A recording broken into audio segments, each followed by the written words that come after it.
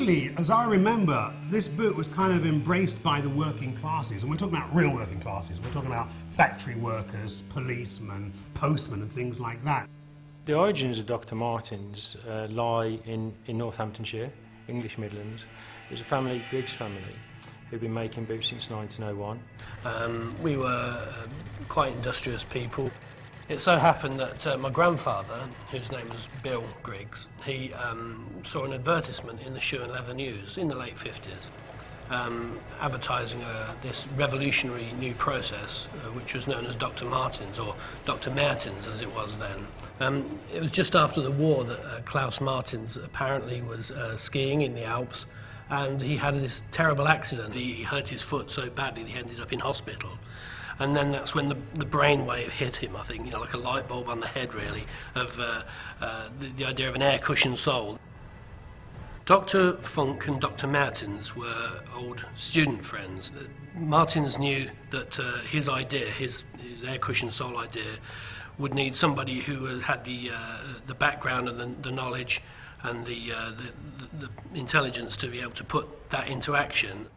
If you look at the birth of Dr Martens, in terms of the soul, it was purely an inventive mind that created that. So it was an extremely creative moment that invented the soul.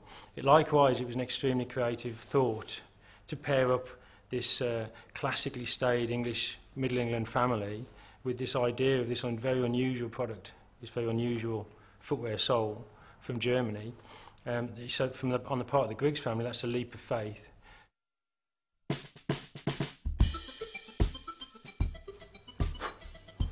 I guess I got my first pair of Martens when I was a skinhead, believe it or not. And I've got to be clear here, we're talking about the fashion version, not the fascist version that would kind of rear its ugly head later. And luckily for me, get stomped out of existence as well. It was basically a statement to like, fuck you to the hippies. You know, you ain't going to wear boots, you're not going to shave your head, you're not going to wear working jeans tight, are you? So that's what we're going to do, because we're not middle class, we're not hippies. I also remember going to gigs in the 70s and seeing people like Pete Townsend of The Who, you know, doing his fancy guitar moves, and some people would notice the windmill, some people would notice his white jumpsuit, but some of us noticed his boots, and they were Dr Martens. Townsend was conscious of the fact that by wearing Dr Martens boots, he was making a statement about working class. My next door neighbour goes, right, when I got to 12, we've got to go and get you a pair of Dr Martens, and I was really excited. And I was thinking, yeah, get my rites of passage. So he went out and bought a pair of Dr Martens and went in and kicked in a metal grip bin. You know the grip bins that they put for the road? Kicked one in, and that was it. We weren't as unsociable as people would like to think we were. It wasn't like American History X and Romper Stomper. They're movies, everybody.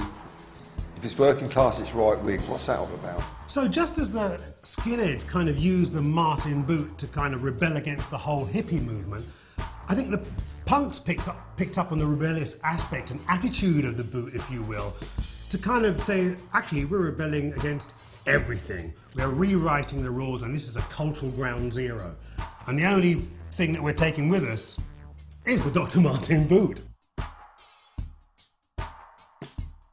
Back in the day when I first saw them as a child, in the 70s, there was something that was outside of society. There was something for me that represented revolution, anarchy, you know, being different, like giving the middle finger. If you don't conform in Britain, it's always a struggle, but I'm not going to change the way I am. But I just don't lick arses, basically. I just do how I want to do it. I think a lot of it was the street attitude. I guess everyone just looked kind of cool when they wore it, a little bit badass.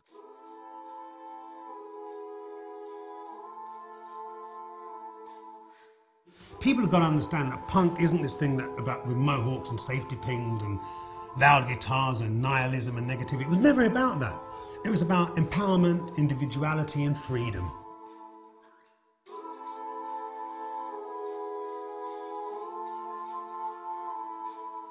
That's the irony of a thing. It's a total paradox. It's like when you destroy everything, what are you left with?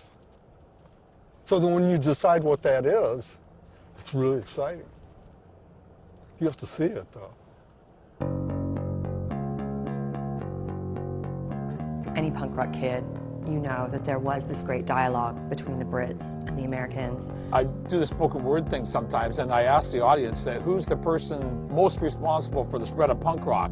And people go, Johnny Rotten or Joe Strummer or whatever. I go, no, it's former President Ronald Reagan, because he was such an asshole that people had to react against him. So for the people that really knew what was going on, there was a lot going on in the 80s. It just wasn't going on in the overground. I do believe in a fate that will fall on us if we do nothing. It's almost like those who know are the ones that are supposed to know, and the ones that don't will never get it anyway. What was happening in the 80s would manifest with the explosion of Nirvana. Nirvana didn't explode in a single moment. That had been building up over years and years and years. The linear journey of the boot is almost like the linear journey of technology. In other words, you know, you can go from the mods and the skinheads and the punks and the West Coast scene, and then in about the 90s it goes boom.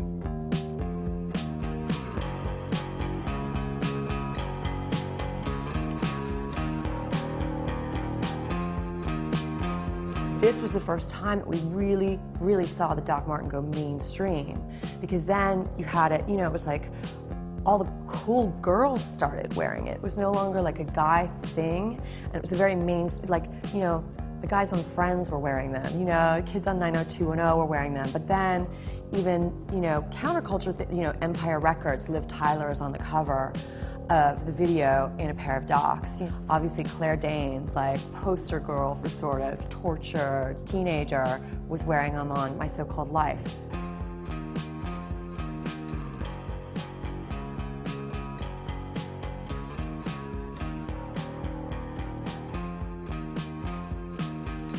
Dr. Marten is symbol of freedom. It's like a rebellious street where people just think whatever, you know, like F you kind of thing. I'm not sure what it conveys to other people, but because I don't really think about what other people are thinking when I'm wearing them. Because it's about quality, it's about being built to last. I think there's kind of, you get that kind of like knowing glance when you see someone that wears them. Just people that have been in Dr. Martens, they're like amazing people. I think it's the spirit. There's no bullshit there, it's quality. It just works. They are thinkers, boots. They're not going anywhere, that's the thing. Like I say, it's like they become such classics. You know, the vampires are wearing them in Twilight, Rihanna's been wearing them, all the it girls in London. Like, it's almost like they've been, you know, they've really exploded in London. We're just catching up here. It's a real love affair. You have to break them in. So, you know, you're going to spend a couple of weeks in a bit of pain. And then once you've reached that point, they're yours for life.